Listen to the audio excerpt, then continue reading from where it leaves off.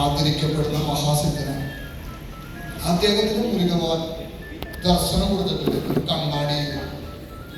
ആ കണ്ണാടി ഇപ്പോഴും ചെന്നൈയിൽ ഒരു വല്ലലാസിന്റെ അമ്പലത്തിൽ വെച്ചിട്ടുണ്ട്. പിന്നെ അദ്ദേഹം ഫിസിക്കൽ ബോഡിയിൽ നിന്ന് ലൈഫ് ബോഡിയിലേക്ക് സ്ട്രൈറ്റ് ആയിട്ട് സമാധിയായ ആളാണ്. അങ്ങനെയുള്ളത് വളരെ അപൂർവമാണ്. അതുണ്ടായത് തൈപ്പോയ ദിവസമാണ്.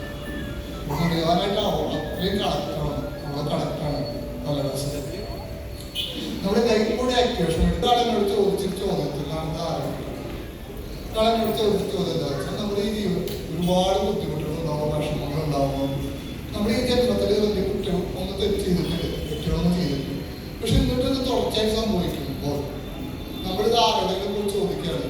ജോലിസ്ഥരുണ്ടാവും അല്ലെങ്കിൽ ഗുരുക്കന്മാരെ ചോദിക്കുമ്പോൾ അവർ പറയും നിങ്ങളുടെ കർമ്മമാണ്, കഴിഞ്ഞ ജന്മത്തിലുള്ള കർമ്മങ്ങൾ കൊണ്ടാണ് ഇതെല്ലാം സംഭവം. അപ്പൊ ഈ ജന്മം ഇല്ലാണ്ടിരുന്ന് കഴിഞ്ഞാൽ ഈ പ്രശ്നമുണ്ടല്ലോ, അതിനെന്ത് ചെയ്യാൻ പറ്റും? ഞാൻ അദ്ദേഹം ചോദിച്ചപ്പോൾ അദ്ദേഹം ഞാൻ പറഞ്ഞു എനിക്കറിയില്ല. ഇത്ര അറിയണ ഒരു സമയത്ത് തീർച്ചയായും നിങ്ങളോട് ഞാൻ പറയാം. അങ്ങനെ എനിക്ക് ഭഗവാൻ തന്നിട്ടുള്ള ഒരു മെഡിറ്റേഷൻ പ്രോഗ്രാമാണ് ലൈഫ് ബോഡി മെഡിറ്റേഷൻ. അതിൽ ഞാൻ മനസ്സിലാക്കിയിട്ടുള്ള കുറച്ച് കാര്യങ്ങൾ അതെന്താണെന്ന് വെച്ച് കഴിഞ്ഞാൽ നമ്മുടെ ഈ പ്രപഞ്ചം യൂണിവേഴ്സ് അത് ബേസിക് തിയറി മൂവ്മെന്റാണ്, ചലനമാണ്. ചലനമില്ലാതെ ഒന്നും നടക്കില്ല. നമ്മുടെ സൗരയൂഥം ചലിച്ചുകൊണ്ടിരിക്കുകയാണ്, സൂര്യൻ ചലിച്ചുകൊണ്ടിരിക്കുകയാണ്, സൂര്യൻ ചുറ്റും ഭൂമി ചലിച്ചുകൊണ്ടിരിക്കുകയാണ്, ഭൂമി ചുറ്റും ചന്ദ്രൻ ചലിച്ചുകൊണ്ടിരിക്കുകയാണ്, ഭൂമിക്കുള്ളിലെ വെള്ളം കടൽ ചലിച്ചുകൊണ്ടിരിക്കുകയാണ്. അനങ്ങാണ്ടിരിക്കുന്ന നമ്മൾ വിചാരിക്കുന്ന പാറക്കുള്ളിലെ ഇലക്ട്രോൺ പ്രോട്ടോൺ മൂവ് പറഞ്ഞുകൊണ്ടിരിക്കുകയാണ്. അപ്പോൾ ചലനമാണ് ഇതിന്റെ ബേസ്. നമ്മുടെ പ്രപഞ്ചത്തിൽ രണ്ട് ടൈപ്പ് എനർജി ഉണ്ട്. Raw energy, purified energy. Low energy എന്നാണ് നമ്മുടെ സോൾസ് പ്രൊഡ്യൂസ് ചെയ്യുന്നത്. അത് ആ സോൾ പ്രൊഡ്യൂസ് ചെയ്യപ്പെട്ട സോൾ, റോ എനർജിയിൽ പ്രൊഡ്യൂസ് ചെയ്യപ്പെട്ട സോൾ ട്രാവൽ ചെയ്ത് പ്യൂരിഫൈ ആയി നേരെ പ്യൂർ എനർജിയിൽ മെർജ് ചെയ്യുന്നതാണ് ഈ സോളിന്റെ സഞ്ചാരപഥം. പ്യൂർ എനർജി എന്ന് പറയുന്നത് ഗോഡാണ്. അപ്പോൾ നമ്മൾ ഗോഡിൽ പ്യൂർ എനർജിയിൽ അതിനെ നമ്മൾ സഞ്ചരിച്ച് അവിടെ മെർജ് ആവണമെങ്കിൽ നമ്മുടെ സോളും പ്യൂർ എനർജി ആവണം, എന്നാലേ ഈ പ്യൂർ എനർജിയിലും മെർജ് ആവാൻ പറ്റും.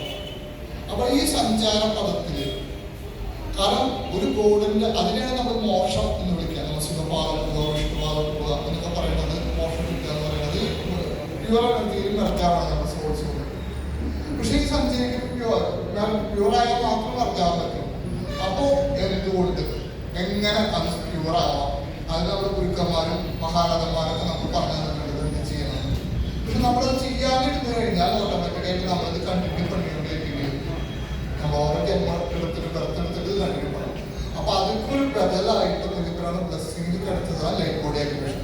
കാരണം വല്ലലാസിദ്ധ ഫിസിക്കൽ ബോഡിക്ക് ലൈഫ് ബോഡിക്ക് ഡയറക്റ്റ് ആയിട്ട് സമാധി ചെയ്തു വളരെ അപൂർവ ആൾക്കാരാണ് നമ്മളിവിടെ ചെയ്യുന്നത്.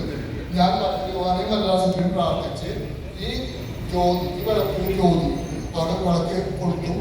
ആ ജ്യോതി എന്നുള്ള എനർജി നിങ്ങളിലേക്ക്, നിങ്ങളുടെ ആത്മാവിലേക്ക് കത്തിപ്പെടാൻ വേണ്ടിയിട്ട് ഞാൻ പ്രാർത്ഥിക്കും. ഒരു 20 മിനിറ്റോളം ഈ മെഡിറ്റേഷൻ ഉണ്ടാവും. നമ്മുടെ വല്ലലാസിദ്ധരുടെ അരുൾപ്പെരും ജ്യോതി പാട്ട് വെച്ചിട്ടാണ് നമ്മൾ മെഡിറ്റേഷൻ ചെയ്യുന്നത്. ആ മെഡിറ്റേഷൻ ചെയ്യുമ്പോൾ നിങ്ങളെല്ലാവരും ഉള്ളിലേക്ക് പോകും. യൂണിവേഴ്സായിട്ട് കണക്ട് ട്രൈ பண்ணுங்க. உங்களுக்கு கண்டிப்பா உங்களுடைய ப்ளஸிங் அது முடியும். ആ ഒരു എനർജി உங்களுக்கு கிடைക്കാൻ വേണ്ടിയിട്ട് தான் ലൈഫ് ബോഡി ആക്ടിവേഷൻ മെഡിറ്റേഷൻ ചെയ്യുന്നത്. അപ്പൊ എല്ലാവരും ഉങ്ക ഉള്ളിലേക്ക് പോകും, യൂണിവേഴ്സിൽ കണക്ട് ആവാൻ ട്രൈ பண்ணுங்க. നമ്മൾ മെഡിറ്റേഷൻ സ്റ്റാർട്ട് பண்ணலாம். മെഡിറ്റേഷൻ സ്റ്റാർട്ട് பண்ணிட்டு அதுக்கப்புறம் നമുക്ക് എല്ലാം കഴിഞ്ഞിട്ട് നമ്മൾ എല്ലാവരും ഞാൻ വരാൻ എല്ലാവരും വെയിറ്റ് பண்ணலாம். നമ്മൾ മെഡിറ്റേഷൻ സ്റ്റാർട്ട് பண்ண